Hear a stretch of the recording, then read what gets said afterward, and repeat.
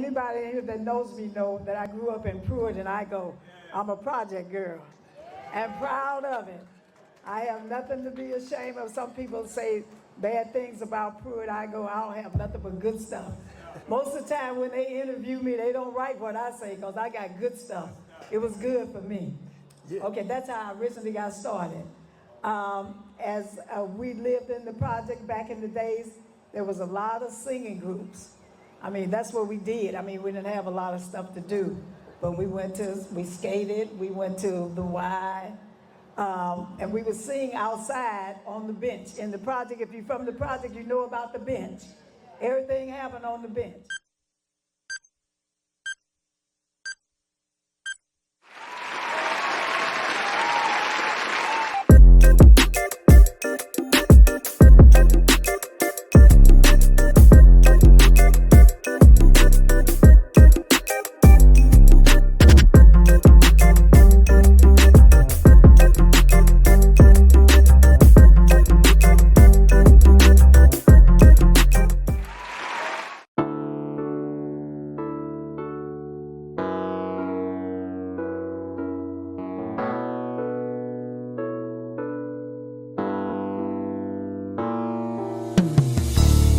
You've been giving me just enough. Now you're off to greener pastures, looking for some better stuff. Looking for some better stuff. Hey, green grass grows right beneath your nose.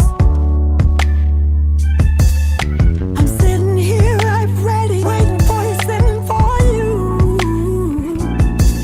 But the green grass grows right beneath. Today we have a very, very special guest in the name of Miss Riley. And so many of you know her from her restaurant, which is Sweetie Pie, here in St. Louis. But she's all over, not just St. Louis. And the name of this show today is A Mother's Love on Father's Day. And it's ironic that we named it that because of the love that she has shown in spite of some of the things that she has went through. And not just her, but all mothers. Mother's love is unconditional and so inspiring. And with that being said, Harry, do you have anything that you want to kind of share right now to get this started? Yes, I do. See, you mentioned Robert, Sweetie Pie restaurant.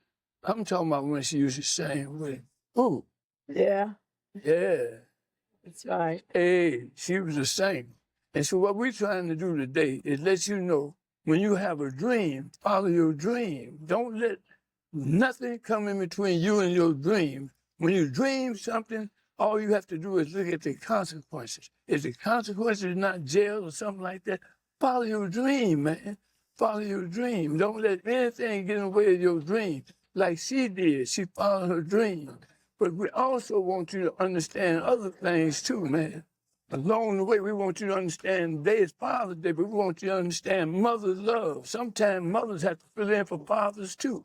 But we also want you to know this, that in the process of her doing this, we want to know that if you're a son, a man, anybody, don't go to jail. Because when you go to jail, you take a lot of people with you. You ain't going there by yourself. You taking your mama, your daddy, your sister, your brothers, you taking everybody to jail with you. That's And right. we're trying to get you to understand consequences are important to everybody. And at the same time, don't let that stop your dream. We're going to go through all this today with her.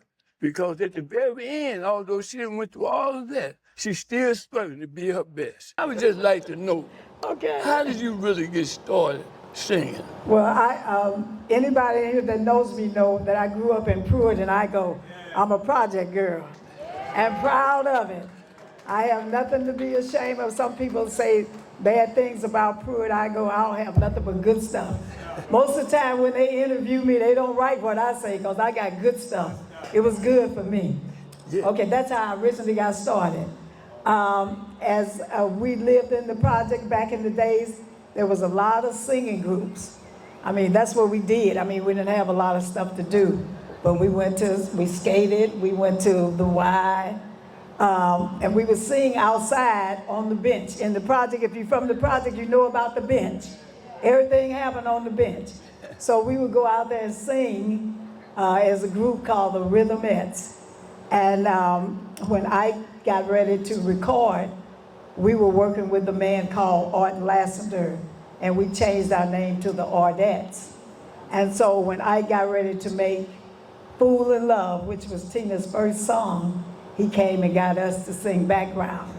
And that was the beginning of my professional career as leaving St. Louis. But we always worked around the clubs with a guy named Art Lassiter. So starting off in the project, Uh-huh. that was your roots. That's right. And to just hearing what you just had to say just now, it seems as though those roots are what propelled you to go on and do bigger and better things. Right, sort of, kind of, but what propelled me was my mom. My mom was a stay-at-home mom. She cooked. Even though she was a stay-at-home mom, she managed all the money. She paid all the bills. Daddy worked, but he gave her the money to pay all the bills. But she stayed at home. And after seeing my mom, every time she needed something, now, we had a good life. But every time she needed something, she'll say, I gotta wait till James come home. So I knew then I wasn't waiting on James or nobody else. I was gonna get my own. So that's how I first became determined to make sure that I was able to take care of myself.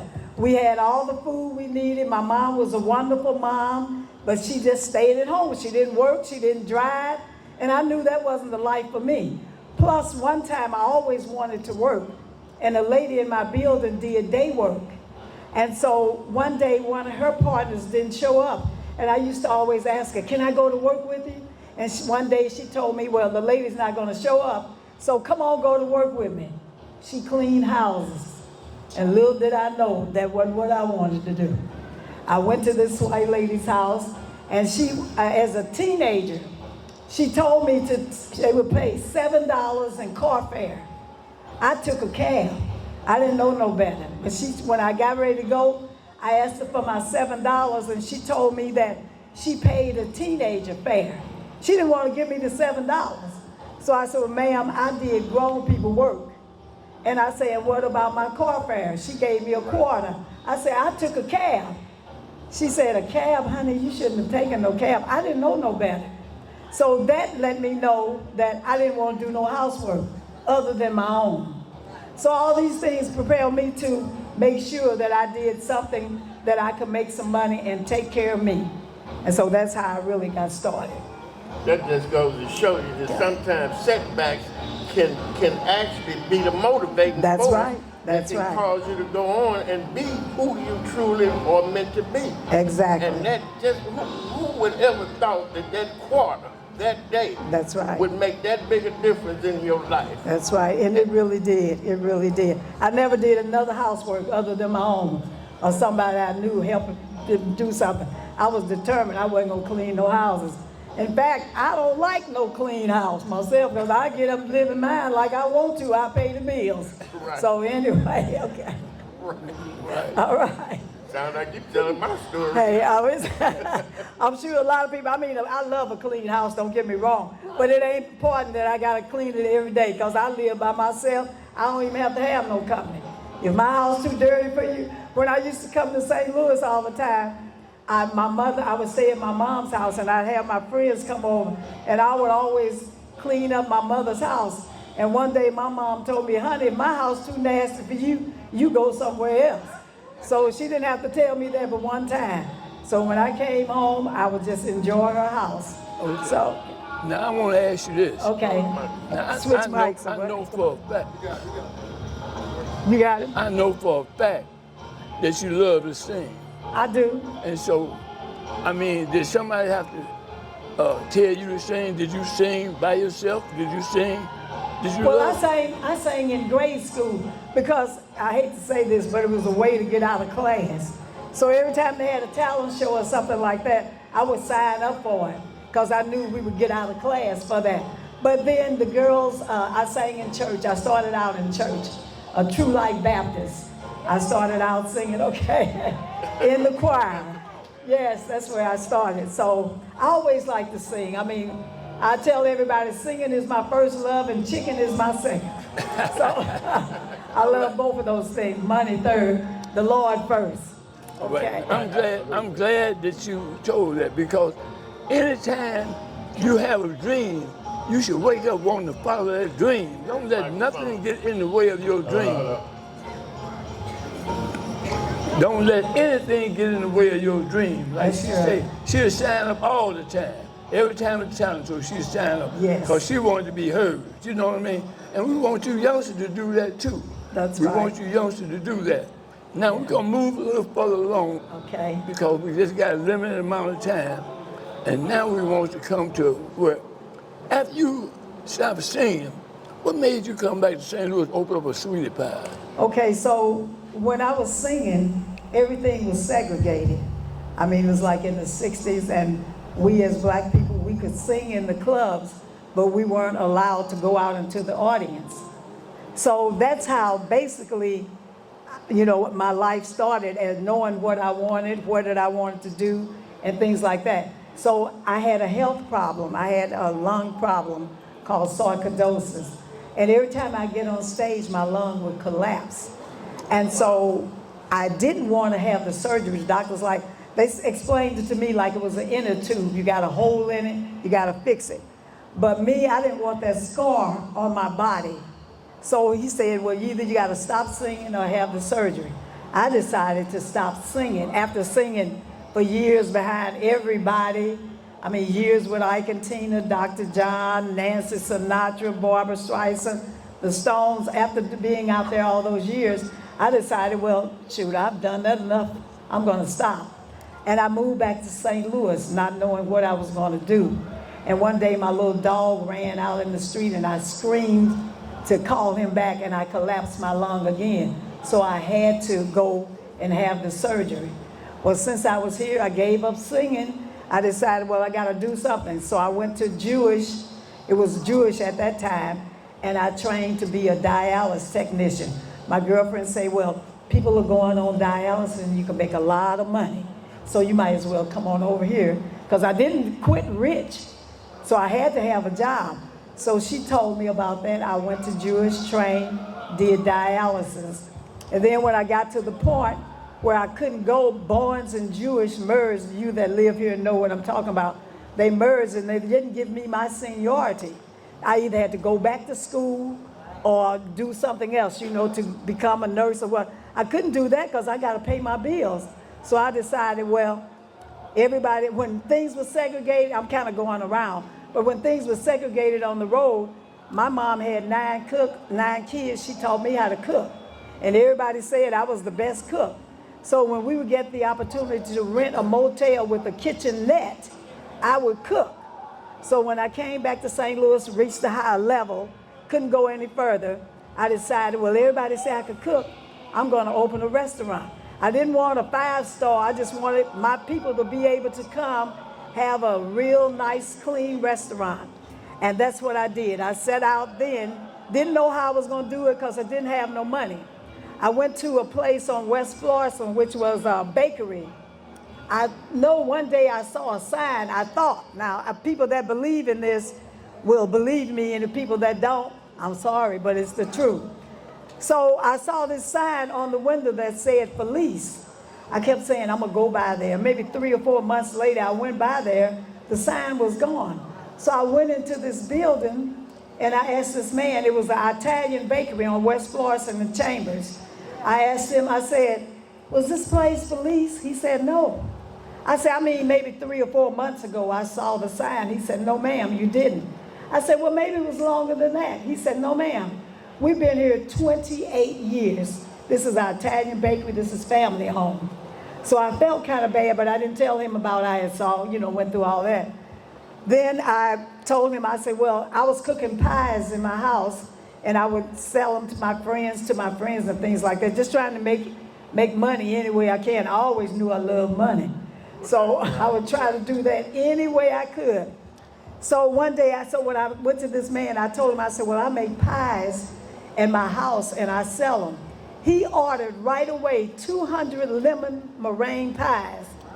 To this day, I've never been able to make them because I couldn't fill that order. And I've been a person, if you say be there at 3, I'm there.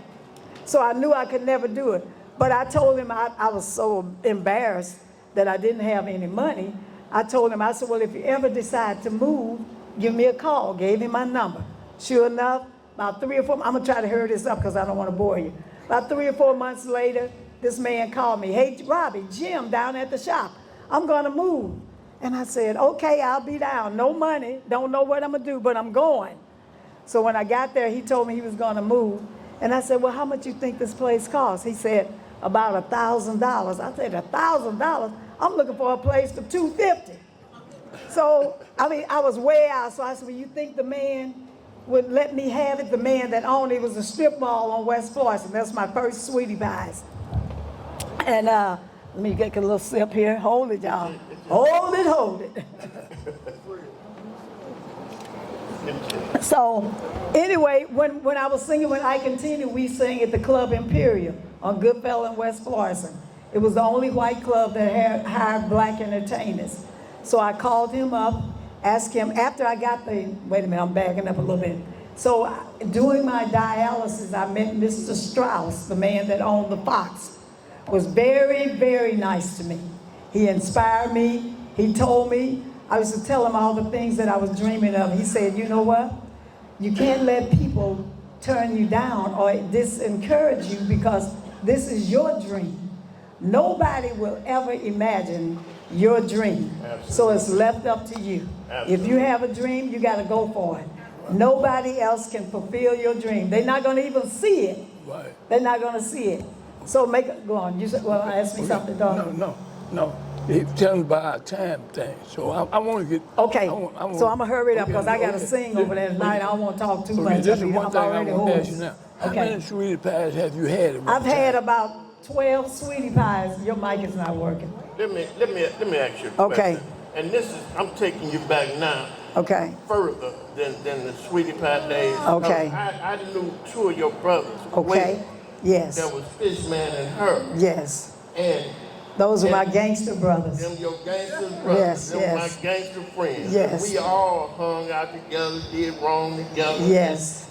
But we still loved on one another. Right, that's right. And the thing about that is that the reason I bring that up is because of the work that we're doing. Okay. It's with youngsters and that's out there doing wrong. Now I know it's not you sitting up in here, but we all have kids, grandkids, and these are all messages that we can pass along to our youngsters. And we're gonna be able to give you all some cards, and so that you be able to make connections with us, because we do have means of being able to provide and connect some of these young folks with some of the services and the people that need this help. But yes. Getting back to Fishman and her, see, you so, and I know they was in and out of trouble going to jail, just like me and my brother Harry was, because we was in and out of prison over and over again. Yes. So you didn't just start dealing with family members in jail and getting in trouble with your son. This is something that goes back as far as your brothers. Yes. And so how did that affect you then and now with what you're going through with your son? Oh, let me add something to that now before you answer, so you can answer all this at the same time. Okay. Because we kind of pressed for time. You do have a son. Yes. That's locked up. Yes. And that's one of the reasons that I wanted to talk to you, because I know you have been through some changes with your son. Yes. And I want these youngsters to hear how that has affected you, because I know that you would spend any amount of money you possibly can to get him free. Not saying he's guilty or not guilty. Right. But a lot of times when your son do something, mom don't know about the law. Right. So she can get hoodwinked, she can get messed around, trying to spend money here and there, because she wants to get her son back with her. Right. You know what I mean? That's true. And so she done went through some changes, and I want you all to know that she been going through some changes with her son, because she want him back with her. So we want these youngsters to know, when you do something, whether you're guilty or not guilty, your mom and other people love you, you're gonna suffer. So don't cause that pain to them. That's Now, true. Why don't you tell Well, them? as a parent that has a son locked up, in fact, my son has been locked up before, but it wasn't as tragic or devastating as it is now. So people will say, well, I ain't gonna help him, I ain't gonna do that. Well, maybe you won't help yours, but my son is my son, and I'm gonna stand behind him whether he did it or not, because I love my son. And it's just like, you know, if you got a car and the wheel get broke, you don't get rid of the car. You don't get rid of the car. You stay there, you put another tire on it. Well, my son, all he's got is me. And I'm going to stick behind him. A lot of people say, well, I wouldn't do that for my son. Well, I'm glad I'm not your son, because I'm definitely going to do my son. Every penny, I've been tricked by lawyers. Everything that has happened to me. But when my son first got in trouble, I died inside. I mean, it was devastating. I mean, I couldn't sleep, couldn't eat, couldn't look at people, because when my son got in trouble, we were in the public side. We had the TV show, and everybody was on the podcast beating me up.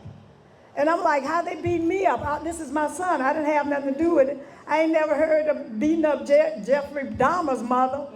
But I'm a black woman, and you beat me up. And that just took my heart. I mean, it just hurt me so bad, because so many people claim to love me. But when my son got in trouble, everybody turned their back. Not my family, but everybody. And then when you would see people, you wondered, this is one of the ones that's talking about you. You know, but in my heart, I was devastated, because even though my son, like I say, if he did it or not, he's still my son, and I love my son. Now, don't get me wrong, I love my grandson. And it's a hell of a position to be in, saying that your son did something to your grandson. I love both of them. But my grandson is gone, I can't help him. But I can help my son. And I pray to God that if he gets out, that he'll make a turn. My son was a smart man. And to this day, black people don't kill people for insurance. So that's what they're saying my son did. It was a conspiracy that he had somebody kill my grandson. Well, it's a whole story. I don't know it, because I wasn't there. But I do know we don't kill each other for insurance policies. You know, I know that. So I'm fighting for my son till I'm praying to God that I live to see him get out. Because I'm still building my legacy. And I only have one son. My other son got killed many years ago. And so I'm trying to live long enough to make sure that my son get home. But I'm telling you, as a parent, there's no hurt like your family member going to jail. I mean, there's so much stuff. My son is in one of the worst prisons that you could have. They'd stay on lockdown 24/7. He didn't do the murder, but they sent him to the worst prison. So every day I'm fighting for my son. My money's been taken from lawyers that didn't do nothing but rip me off. They didn't do nothing. The lady that represented him came from my film company. She didn't have no business trying a cow. She didn't know nothing about no murder trial. So the consequences was that my son got time. But like I say, I'm praying every night. I do not miss a prayer for my son, that he comes home while I'm still alive. I'm 84, I'll be 85 tomorrow, so I ain't got too long. So I'm doing everything I can to get him home.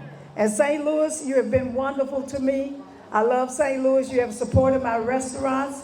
You have been just a blessing. When I go places, people see me, tell me how much they love me. I hug and kiss. I kiss babies. I push wheelchairs. I do all that because I am grateful. But like I say, the young men today, please get you a goal, set your goal. It won't be easy. That's right. It's not going to be easy, but you got to believe and believe in yourself, because you're the only one can do it. Like Mr. Strauss said, that's your dream. You can only make it happen. I don't care if a person give you a bunch of money. If you don't have that drive and that desire, you're not going to make it. It's just money gone. But if you got your dreams and the things you believe in, it can happen. Okay? All right. I don't know who turned their back on you. I'm sure it's a whole lot. I got more love than I can backstabbing. tell you this. That's right. we with you. I believe you. Yeah, I appreciate me and you. the people that's in here, we are with you, and that exemplifies the name of this show today. A mother's love on Father's Day. All right. What a mother go through, it's just unmeasurable. It's Yes, immeasurable. yes. And we know this. Yes. And I know you gotta go. You gotta do a sound check. 'Cause Yeah. you're still doing more than one thing. Yeah. You I do it all. you cooking, you singing, Cooking, singing, doing it all. You're doing interviews, so we ain't gonna try to hold you forever Okay. as much as I would want to, and I'm sure they would want to hear more from you too. Okay. But hopefully we can get you to do another show with us in the near future, where people will have a chance to be able to see and hear you again, because we have a podcast, which is Word, Working on Real Dreams. And I'm gonna try to get her today to make a commitment in front of everybody that she will to share some more of her story with us. But the rest of it, we can't be shared today because she's gonna do some singing too. No, I'm not singing, singing. Singing, She's singing. gonna do some singing. How many is ready for Miss Robbie to hear Miss Robbie perform? Thank you. So this is what we're going to do real quick. I'm going to steal Miss Robbie because she's got the sound check. Mr. Fred and Harry, the founders of Word. Did you all enjoy this? Are you enjoying this? They're going to give you more information and details on how you can follow them, and they're going to take a few questions as to what they're doing. So in just a moment, I'm going to turn the floor over for that. But Miss Robbie, thank you so much. Okay. I'm going to steal you. Thank you. if I Thank you, can. everybody. And give her a hand, ladies and gentlemen. Thank you. Thank you.